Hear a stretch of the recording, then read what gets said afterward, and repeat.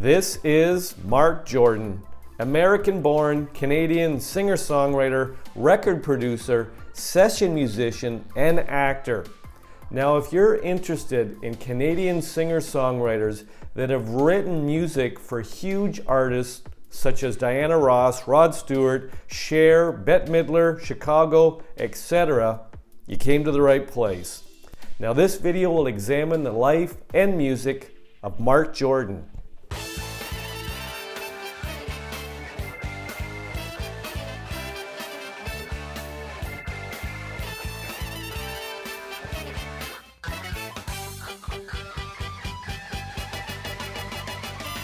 Marc Wallace Jordan, born March 6, 1948, is an American-born Canadian singer-songwriter, record producer, session musician, and actor. Covering a wide variety of genres, he has written songs for a number of well-known artists, including Diana Ross, Rod Stewart, Cher, Bette Midler, Chicago, and Josh Groban. He was named Best Producer with Steven MacKinnon at the Juno Awards in 1994 for Waiting for a Miracle from Reckless Valentine. In early 2014, Jordan was named Chair of Slaight Family Music Lab at Norman Jewison's Canadian Film Center. Born in Brooklyn, New York, the son of Canadian singer Charles Jordan, Marc Jordan grew up in a musical household in Toronto after his father returned to Canada. He studied film at Brock University, but soon turned to music, coming to public attention as a guitarist for Bobby Vee. With the Canadian division of CBS Records, Jordan released some singles in 1974, which included It's a Fine Line, New York Kids, and Original Sin. They were not very successful themselves, but they impressed American music producer Gary Katz. And in 1977, Jordan reached a U.S. deal with Warner Brothers Records. This period with Warner spawned the Canadian hit songs Marina Del Rey and Survival from the record Mannequin. A second record produced by Jay Graydon called Blue Desert was released in 1979 and is regarded as a classic of the West Coast sound of the period. In the 1980s, Jordan was signed with RCA for two records. Paul DeVilliers produced the first, Talking Through Pictures, and Kim Bullard the second, called COW. In 1988, Jordan sang and co-wrote the theme song to the hit Australian movie Boulevard of Broken Dreams, which was nominated for an AFI award for Best Film. In 1989, he and Jay Gruska received a Genie Award nomination for Best Original Song for Shadow Dance, a song they wrote for the film Shadow Dancing.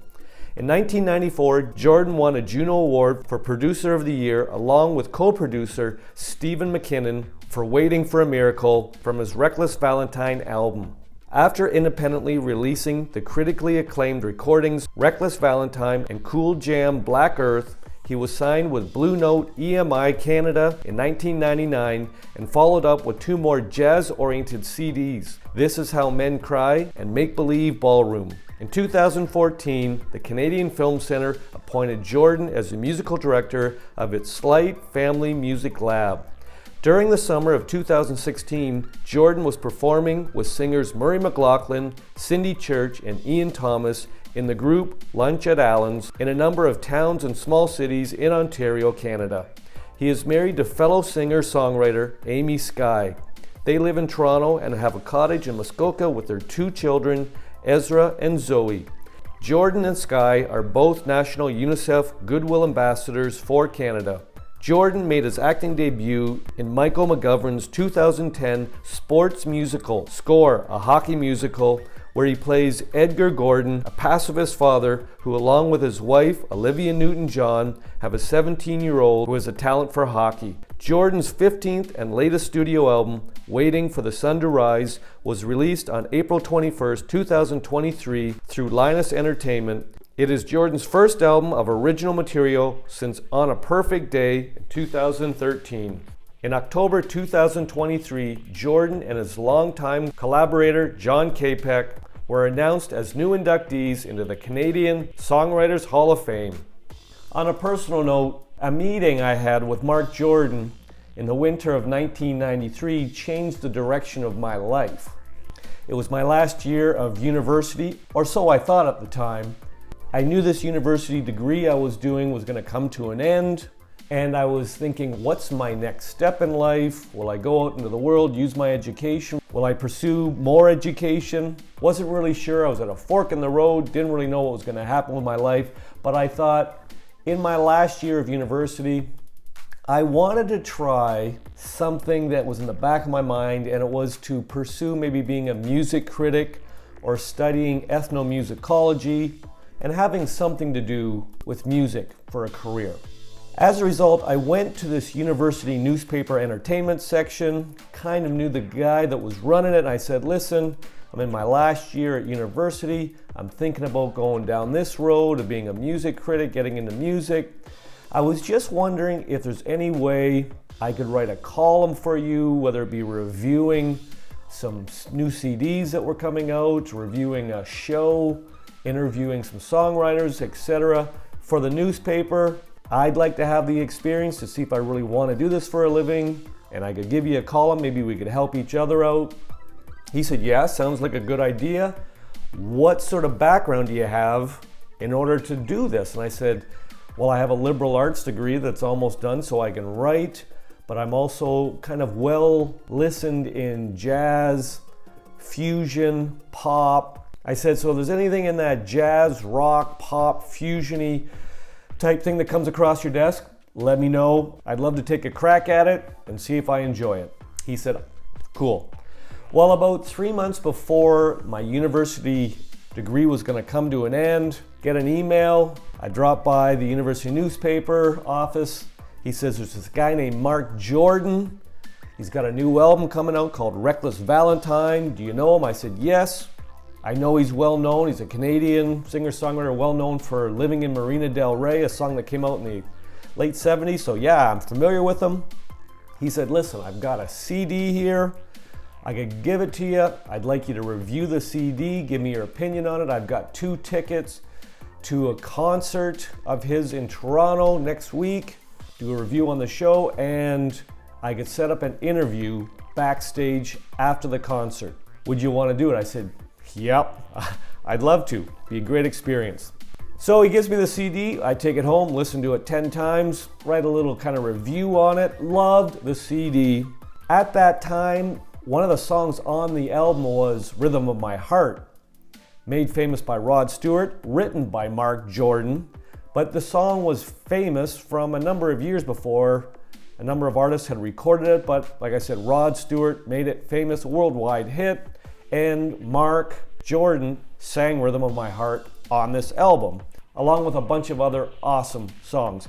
And he was nominated and won a Juno in 1994 along with Steven MacKinnon for this album. So I'm pumped, head down to the Toronto Bathurst Theatre on a cold February winter night, get into the theater, kind of a cool place. If you've ever been to the Bathurst Street Theatre, I think it's changed names now. And great seats, sit down, just loved the concert. Marc Jordan, super talented. Go backstage, meet up with Marc Jordan, shake his hand, we sit down. I've got 10 what I think are relevant questions for the interview. This interview turned into what seemed like a university course for me. I asked him a number of questions. I was amazed at how smart, how articulate he was, how pragmatic he was, and being that pragmatic in a super creative business, and how he just tied it all together. It was like a university professor just telling me and educating me about the world of being a songwriter, the constant hustle, the constant creativity, the collaboration. He's collaborated with so many great singer-songwriters. I was simply amazed at his breadth of knowledge of the world, of music, of current events, business, of how the music industry works, and his place in it, and how to navigate and be successful in the business. Because this guy is one of the most successful Canadian singer-songwriters of all time.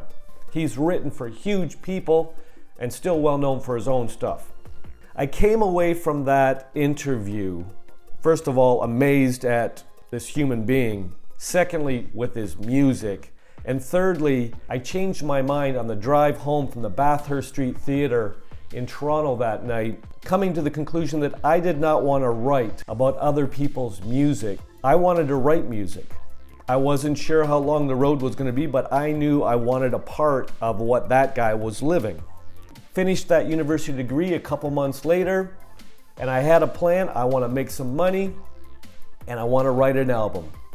I got a job in a factory to make some money, and while I was working on the line, I would think up lyrics for songs and I would write them down. At the end of each shift, I'd have a song of lyrics written.